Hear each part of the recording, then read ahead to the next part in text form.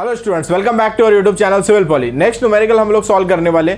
इसमें हमको point load given है, साथ में यूडीएल जो है ऐसा कंबाइंड हमको गिवन है, और बेंडिंग स्ट्रेस जो है वो हमको फाइंड आउट करने बोला है। ठीक है। डायमेंशन अ टिम्बर बीम 200 mm वाइड, एक टिम्बर बीम है 200 mm जो है उसकी विड्थ दी हुई है, 300 mm उसकी डेप्थ है। ठीक है, 300 mm डेप्थ है। इज सिंपली सपोर्टेड है over a span of 3 metre. ठीक है, तो अभी क्या बोला इसने कि एक क्रॉस सेक्शन हमको देकर है, बीम का क्रॉस सेक्शन। ठीक है, टिम्बर बीम का क्रॉस सेक्शन है।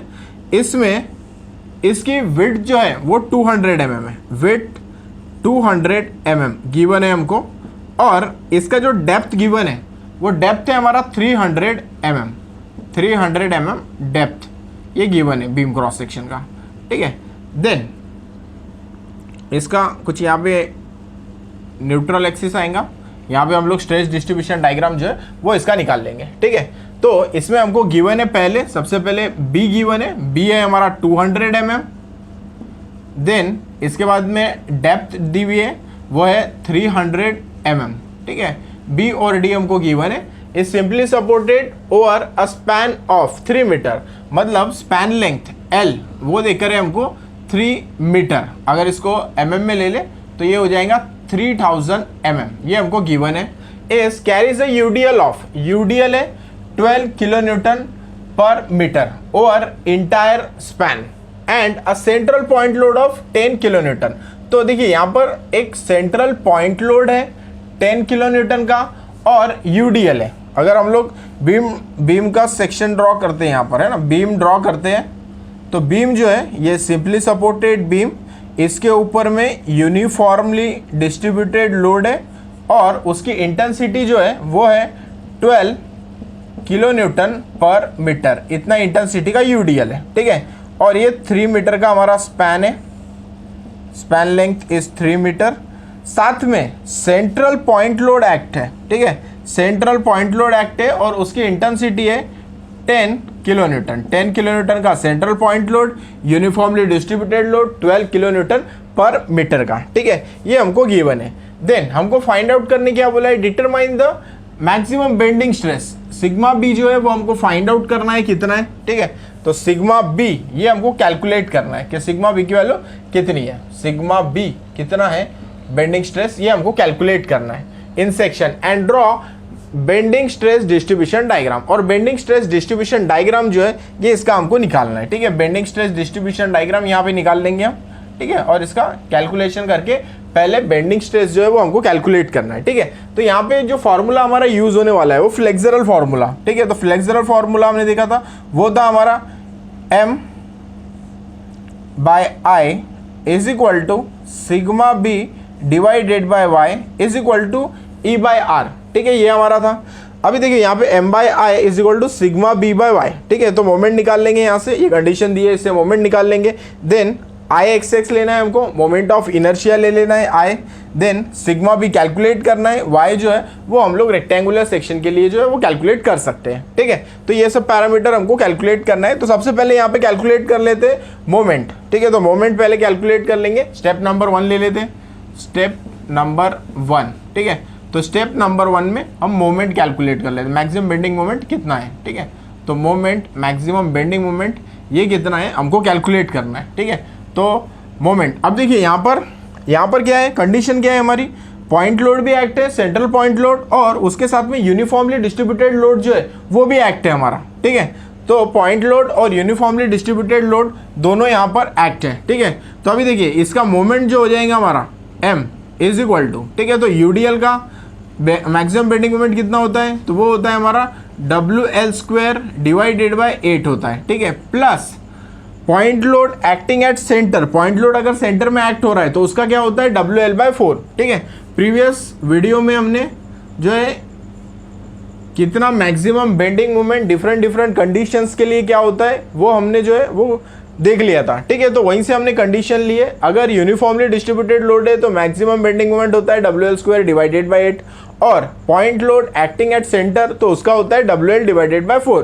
ठीक है, अब यहाँ पे वैल्यूज जो है वो पुटअप कर देंगे। ठीक है, तो M इज इक्वल टू, अब ये यूडीएल का फार्मूला है, तो यूडीएल की इंटेंस स्मॉल w ले लेते हैं सपोज इसको। ठीक है, तो यूडीएल की इंटेंसिटी ले लो, यूडीएल की इंटेंसिटी कितनी है 12 किलो न्यूटन पर मीटर, ठीक है। तो ये यहाँ पे डाल देंगे 12 multiplied by length square, length है हमारा 3 मीटर का, तो 8 का स्क्वायर 3 का स्क्वायर आ जाएगा, sorry 3 square divided by 8 plus यहाँ पर W है हमारा 10, जो पॉइंट लोड सेंटर में एक्ट हुआ है, 1.5 इधर 1.5 इधर, ठीक है।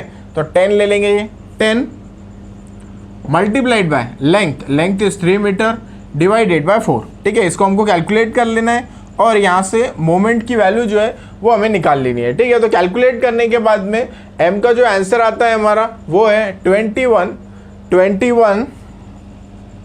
किलो न्यूटन मीटर, ठीक है, ये आ गया।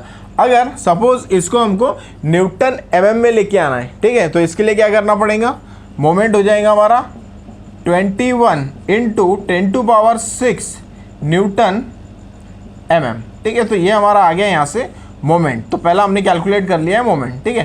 तो देखिए सिंपल, किलो न्यूटन है, किलो न्यूटन से न्यूटन में जाना है तो मल्टीप्लाइड बाय 1000 करना पड़ेगा, मतलब कि 10⁻³ हो गया।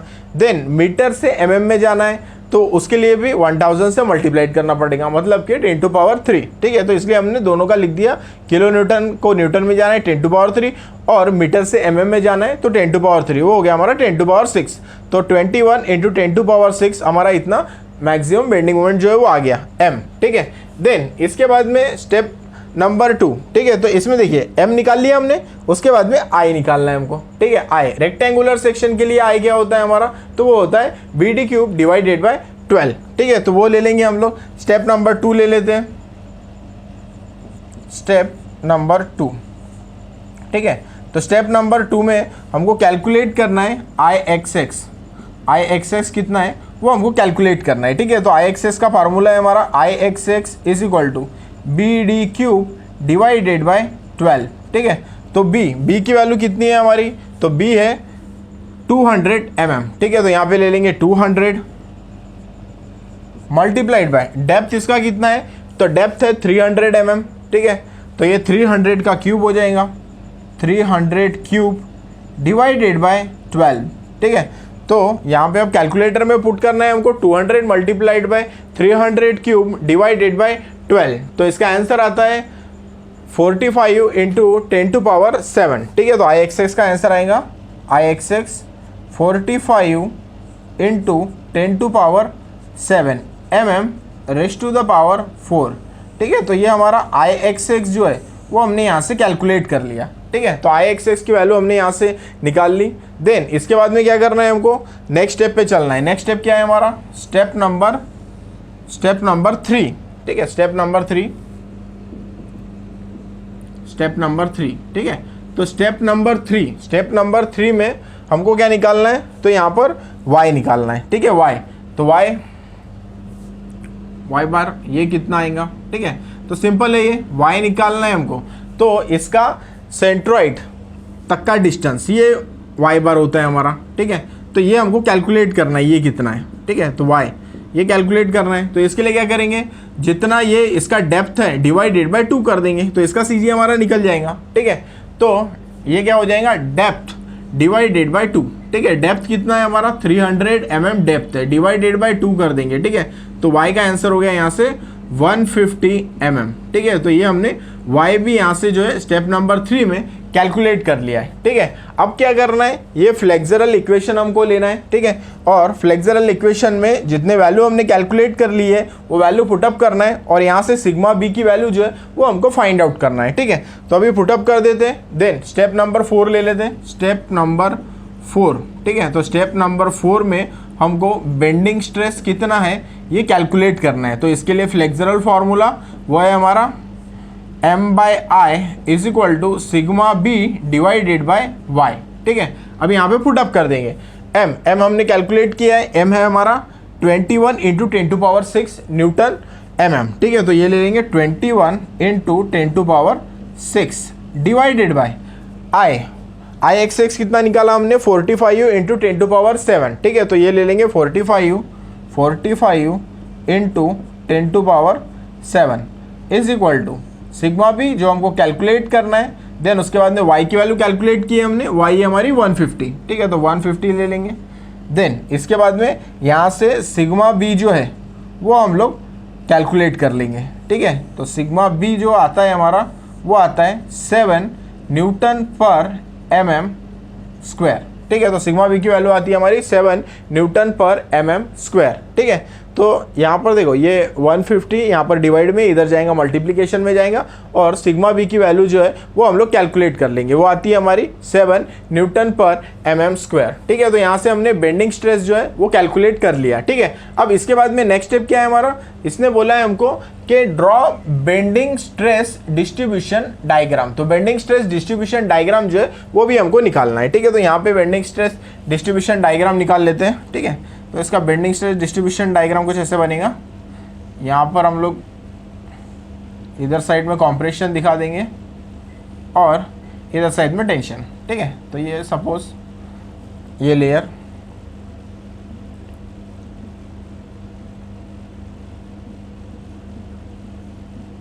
ठीक है, ये हो गया। अब यहाँ पर दे देंगे 7 न्यूटन पर mm स्क्वायर, यहाँ पर भी 7 न्यूटन पर mm स्क्वायर, ठीक है, ये ले लिया हमने। तो ये हमारा स्ट्रेस डिस्ट्रीब्यूशन डायग्राम हो गया ये, ठीक है। यही निकालने बोला था, बेंडिंग स्ट्रेस डिस्ट्रीब्यूशन डायग्राम। तो ये जो डायग्राम है हमारा वो है बेंडिंग स्ट्रेस डिस्ट्रीब्यूशन डायग्राम, ठीक है। तो ये बीम का क्रॉस सेक्शन हो गया, क्रॉस सेक्शन ऑफ बीम, ठीक है, ये ले लिया हमने। और इसका बेंडिंग स्ट्रेस डिस्ट्रीब्यूशन डायग्राम जो है वो निकाल लिया। ये जो एक्सिस रहेगा हमारा, ये हमारा न्यूट्रल एक्सिस रहेगा, ठीक है, NA न्यूट्रल एक्सिस हो गया ये, ठीक है। ये बीम का क्रॉस सेक्शन 200 बाई 300 डेप्थ है इसका, ठीक है। फिर ये न्यूट्रल एक्सिस यहाँ पर, ठीक है, और 7 न्यूटन पर mm स्क्वायर, 7 न्यूटन पर mm स्क्वायर, ठीक है। तो ये हमारा जो रहता है वो कॉम्प्रेशन में रहता है, ठीक है, और ये हमारा टेंशन में रहता है, ठीक है। तो ये कॉम्प्रेशन टेंशन इतना दिखाना है हमको, और stress distribution diagram, bending stress distribution diagram जो है वो हमको ड्रॉ कर लेना है, ठीक है। तो सिंपल न्यूमेरिकल था, इसमें कंडीशन दी थी हमको कि सिंपली सपोर्टेड बीम है जिसका स्पैन जो है वो 3 मीटर का स्पैन है, और इसमें UDL as well as point load acting as centre, ये कंडीशन हमको गिवन थी, ठीक है। तो हमने क्या किया, फ्लेक्सरल फार्मूला लिया, M/I is equal to sigma B divided by Y, ठीक है। M मोमेंट, तो मोमेंट कैसे क्या निकालेंगे हम लोग, तो दोनों कंडीशन लेंगे। पहला कंडीशन क्या है, यूडीएल कंसीडर कर लेंगे। यूडीएल के लिए फॉर्मूला क्या है, WL स्क्वायर डिवाइडेड बाई 8, ठीक है। Point load acting at centre, WL divided by 4, ठीक है। यहाँ वैल्यूज पुट अप कर दिया हमने, क्योंकि यूडीएल की इंटेंसिटी कितनी है, 12 है। 12 3 का स्क्वायर डिवाइडेड बाई 8 ले लिया, 10 मल्टीप्लाइड बाई 3 डिवाइडेड बाई 4 कर दिया। यहाँ से मोमेंट कैलकुलेट कर लिया, वो आ गया हमारा 21 किलो न्यूटन मीटर। देन उसको हमने क्या किया, न्यूटन mm में कन्वर्ट कर लिया, तो 21 इंटू 10⁶ न्यूटन mm हो गया। देन IXX कैलकुलेट करना है, तो रेक्टेंगुलर सेक्शन है उसके लिए IXX होता है हमारा BD³ डिवाइडेड बाय 12, ठीक है। तो BD³ डिवाइडेड बाय 12 यहाँ पुटअप कर दिया हमने, IXX कैलकुलेट कर लिया, वो आ गया हमारा 45 इंटू 10⁷। देन उसके बाद में Y बार कैलकुलेट करना है कि इसका CG जो है सेक्शन का कहाँ पे लाई कर रहा, ठीक है। तो ये डेप्थ कितनी है, 300 है, उसका हाफ ले लेंगे, वो आ जाएगा हमारा 150 mm। देन उसके बाद में फ्लेक्सरल इक्वेशन लिया, M/I is equal to sigma B divided by Y, ठीक है। M की वैल्यू हमने कैलकुलेट कर ली है, I की भी वैल्यू कैलकुलेट कर ली है, Y की भी वैल्यू कैलकुलेट कर ली है, ये पुटअप कर दिया, और सिग्मा बी की वैल्यू यहाँ से कैलकुलेट कर ली है। तो bending stress, maximum bending stress आ गया हमारा 7 न्यूटन पर mm स्क्वायर, ठीक है। उसके बाद में हमने बेंडिंग स्ट्रेस डिस्ट्रीब्यूशन डायग्राम जो है वो भी प्लॉट कर लिया, ठीक है। अगर ऐसा न्यूमेरिकल आता है कंबाइंड वाला, तो ये मेथड का यूज़ करके हम लोग इजीली जो है उसको सॉल्व कर सकते हैं। बस यहाँ पे एक स्टेप हमको ये वाली ध्यान में रखना है कि मोमेंट जब लेते समय तो दोनों की एडिशन हमको कर लेना है, ठीक है। तो दोनों की एडिशन करना है, ये इंपॉर्टेंट स्टेप है यहाँ पर। बाकी स्टेप तो सेम ही है, IXX BD³ बाय 12। देन उसके बाद में Y बार निकालना है, तो वो भी वहाँ पर D डिवाइडेड बाय 2 कर लेंगे हम लोग, और बाद में फ्लेक्सरल इक्वेशन लेना है, उसमें पुटअप करना है वैल्यूज़ को, और बेंडिंग स्ट्रेस की वैल्यू जो है वो हमको कैलकुलेट करना है, ठीक है। तो ऐसा न्यूमेरिकल आता है अगर, तो ये मेथड से ईजिली हम लोग जो है इसको सॉल्व कर सकते हैं।